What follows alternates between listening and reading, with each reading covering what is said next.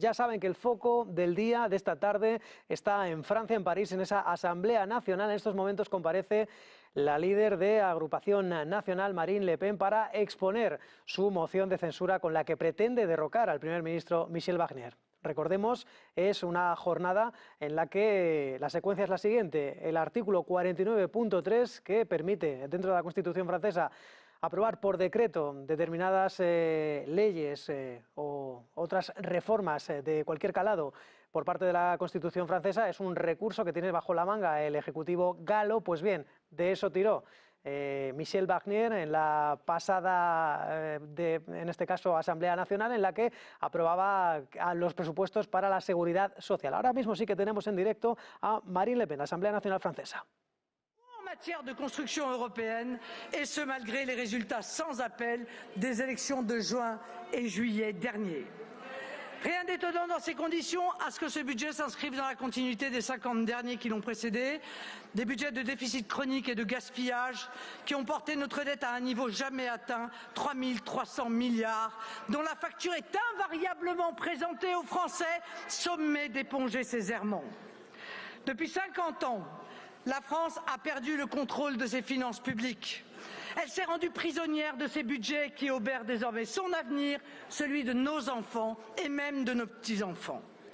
Ils n'ont pas seulement découragé le travail, mais la création de richesses, pas seulement la volonté d'entreprendre, mais la possibilité de le faire. Ce budget ne s'attaque pas seulement à la France, il prend en otage les Français, et singulièrement les plus vulnérables. Les retraités modestes, les personnes malades, les travailleurs pauvres, les Français considérés comme trop riches pour être aidés, mais pas assez pauvres pour échapper au matraquage fiscal. Ces Français qui se posent tous une unique question: où va l'argent? Car comme nous, ils constatent cet extravagant paradoxe. Toujours plus d'impôts et pourtant toujours moins de services publics, toujours moins de protection sociale. Dans ce contexte de crise budgétaire et institutionnelle, nous vous avons proposé un contre-budget traduisant 5 choix politiques clairs. Rendre du pouvoir d'achat aux Français, défendre les entrepreneurs, lutter contre les rentes, la spéculation et la fraude, dégraisser l'État et le recentrer sur ses missions régaliennes, stopper les dépenses contraires à la volonté populaire. Vous avez refusé jusqu'au bout de retenir ne serait-ce qu'une partie raisonnable mais essentielle de ces mesures, pourtant détaillées et chiffrées. Vous n'avez apporté qu'une seule réponse: l'impôt, l'impôt, toujours l'impôt. 40 milliards d'impôts nouveaux, dont 20 milliards pour les entreprises. Mais ce n'est pas le Rassemblement national qui a qualifié votre budget de récessif, ce sont les milieux économiques. Vous avez même refusé de soutenir l'indexation des retraites sur l'inflation, mesure qui, il y a quelques mois, était un marqueur, voire une ligne rouge du soi-disant socle commun. En fait, les seules lignes rouges qui ont été abandonnées depuis 3 mois, ce sont finalement celles de vos députés. Je voudrais rafraîchir ici, d'ailleurs, la mémoire de certains d'entre eux, car ils semblent comme frappés d'amnésie générale.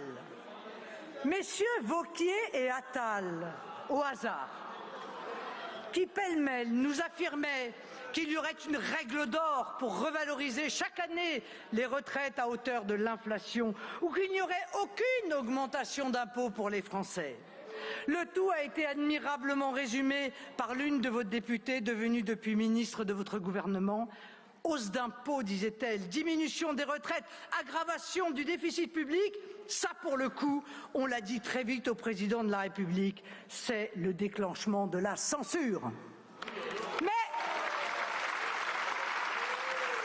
le budget que nous rejetons aujourd'hui ne fait pas que renier vos promesses. Il ne comporte ni cap ni vision. C'est un budget technocratique qui continue à dévaler la pente en se gardant bien de toucher au totem qu'est l'immigration hors contrôle, en s'abstenant de s'attaquer à la vie chère en métropole comme en outre-mer, en refusant de s'attaquer aux causes plutôt que de parler des conséquences de la vertigineuse glissade sécuritaire et criminelle que connaît le pays. Permettez-moi de m'arrêter un instant sur les Outre-mer, si chers à mon cœur. Manifestement, vous n'avez pas pris la mesure de leur désespoir. Crise sociale due à la vie chère, accès à l'eau potable, insécurité et immigration clandestine. Sur tout cela, vous n'avez rien entrepris. Le budget que nous rejetons aujourd'hui apparaît clairement comme le contraire d'une politique pensée et pesée. Il n'est qu'une comptabilité froide, issue de logiques bureaucratiques, de choix d'habitude ou de routines dépensières, sans se soucier des postes et des personnes, en ayant à l'esprit que le mandat que nous ont confié nos électeurs est le sens de l'intérêt national.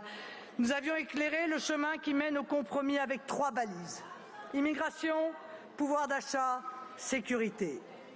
Ces balises, le gouvernement n'a pas voulu les voir, comme s'il était pour lui déshonorant de chercher en ces circonstances les voies de la conciliation nationale.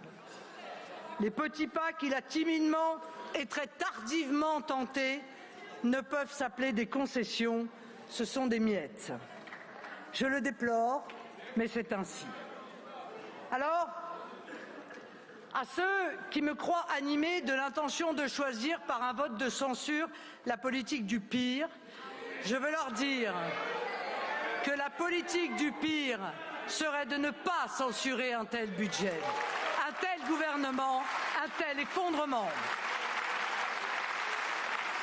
La France aura un budget, car comme nous l'avons rappelé, nos institutions nous permettront de voter au plus tôt, avec un nouveau gouvernement, des lois de finances pour 2025. Et d'ici là, une loi spéciale que nous voterons évidemment permettra à l'État de continuer à percevoir l'impôt et d'exécuter les dépenses publiques indispensables à la continuité de la vie nationale. En revanche, nous lui évitons la prolongation des tragiques erreurs économiques et fiscales du passé. Nous permettons par notre défense de l'intérêt national, à rebours de 40 ans de politique économique toxique dont vous êtes le continuateur, d'éviter le chaos. Que l'on soit juste, la dissolution, nous la devons à la rupture profonde et ancienne entre la volonté du peuple et les réalisations de leurs dirigeants.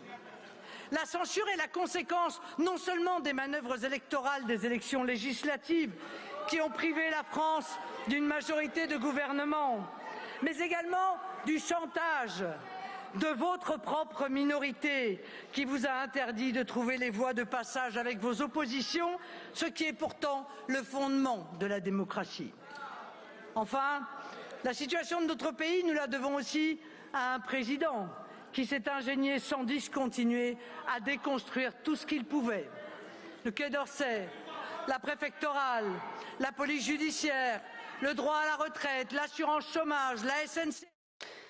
Acaban de escuchar a la líder de Agrupación Nacional, Marine Le Pen, defendiendo esa moción presentada por su formación política, en este caso achacando el enorme gasto y la espiral de caos y destrucción a la que les ha dirigido al conjunto de los franceses la formación y en este caso el gobierno, por ahora bastante efímero, parece, si se cumple esa previsión de la moción de censura adelante por parte de Michel Barnier.